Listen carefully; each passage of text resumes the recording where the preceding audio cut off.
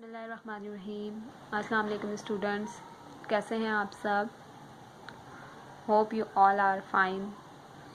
चलिए आज का सबक शुरू करते हैं। सबसे पहले आप अपने उर्दू कायदे की किताब खोलिए।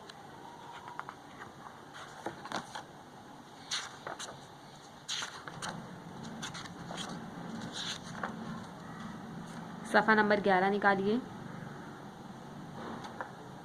और यहाँ पर डेट मेंशन कीजिए 31 मई 2021। चलिए यहाँ देखिए क्या लिखा हुआ है हमारे पास। बे, क्या है ये? बे, कश्तीनुमा शक्ल में बे, बे के नीचे एक नुक्ता, बे के नीचे एक नुक्ता।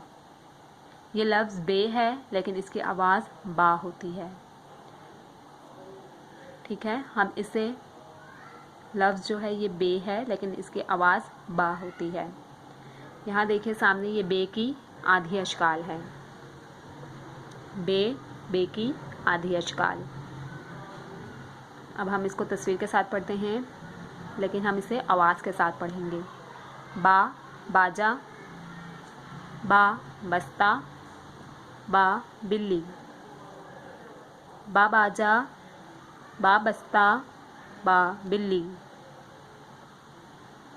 दोबारा पढ़िए मेरे साथ। बे, बे के नीचे एक नुक्ता, बा, बाजा, बा, बस्ता, बा, बिल्ली।